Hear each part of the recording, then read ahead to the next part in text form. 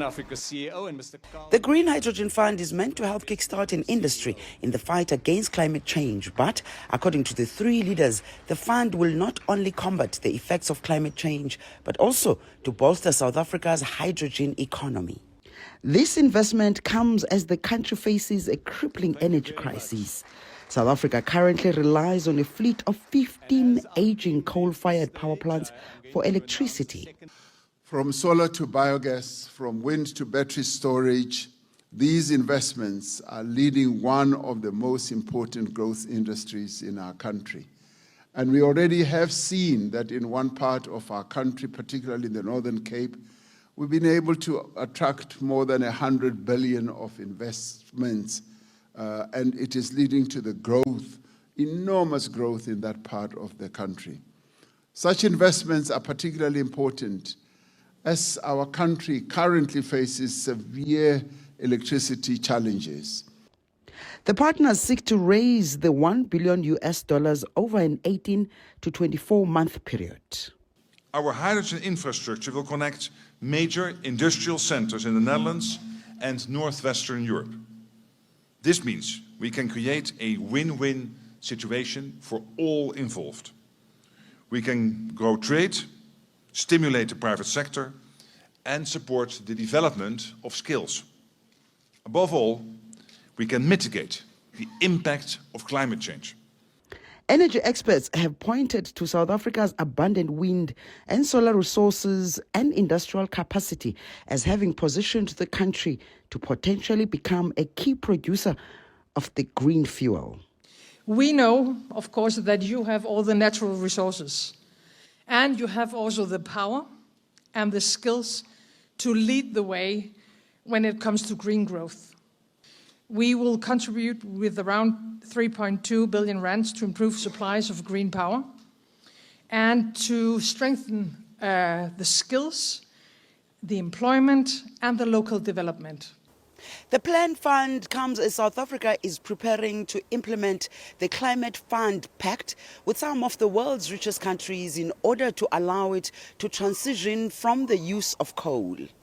Over a year ago, the European Union, France, Germany, the UK and the US partnered and committed $8.5 billion to help South Africa cut its emissions and accelerate a shift away from the heavy reliance on coal.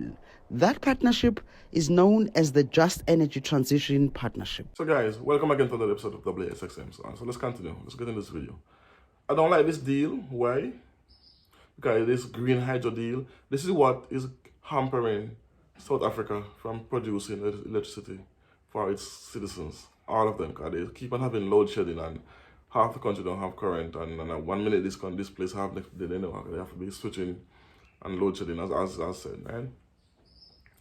We need to use the coal-powered plant that South Africa have to push out more amperage for the country, because South Africa had signed this deal with Americans and a couple of European leaders, 8.5 billion.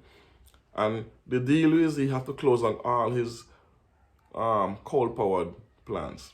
Mind you, America have 220 to 230 coal-powered plants. They're not cutting down any, because the minute they do that, the country gonna have a problem with electricity. What? Why is it they're forcing South Africa to shut down their coal-powered plant, which Ramaphosa did, and that's one of the reasons why they're having electrical issues.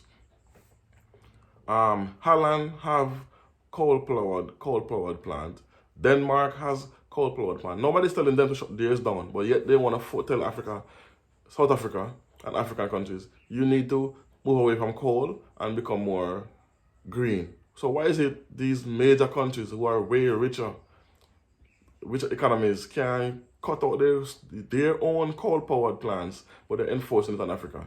And this is what I don't like with President Ramaphosa. He too like to accept these deals and not think about the consequences. If you want to tell them, yes, I need a couple of years to move away from the coal-powered plant, but I can't just jump up and do it instantly. It's going to take money, it's going to take resources. We don't have way to train people and to take over these green deals. 2, they're using hydro. Hydro typically means they have to use water. Didn't they say, they announced, European Union announced recently that South Africa gonna have a major drought this year? So if a country gonna have a major drought, why are you using hydropower, which you would need a lot of water to power these hydro pumps? But you're just saying the continent don't have enough water, but you want to spend $1 billion on hydro pump. Why not spend let's say 100 million on water plants to transfer salt water into drinking water? Why not do something like that to help the continent with their water issue? But no, you want to go green to put the country in more economical strain with this stupid hydro pump greenhouse stupidness they're talking about.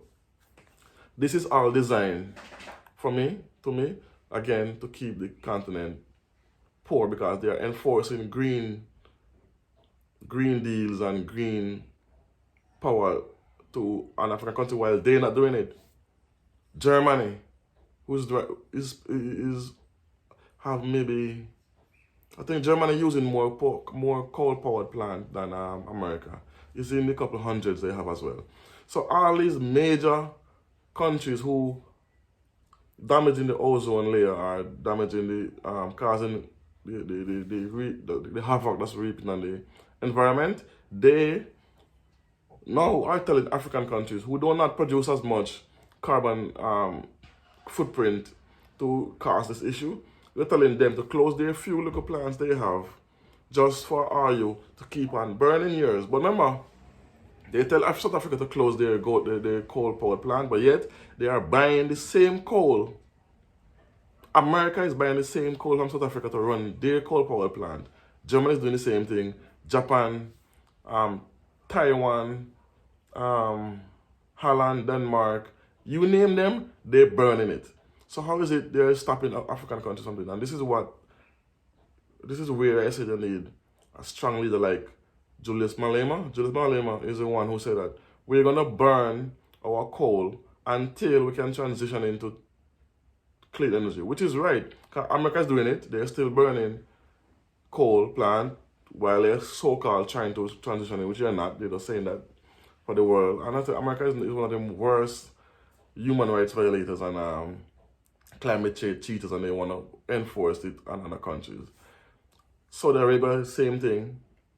All these big countries burning coal. That's my point. So South Africa need to reject some of these deals. He's too late to accept these deals. I don't know if he's getting kickbacks, because according to some reports I'm reading, he's becoming more rich and richer.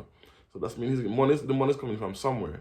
I don't know where it's coming from, but there's no way the economy is doing so horribly, and and you keep on signing these deals, and the country's not getting any better. It's not elevating the citizens of the country to a level where it's okay, yes, this is working.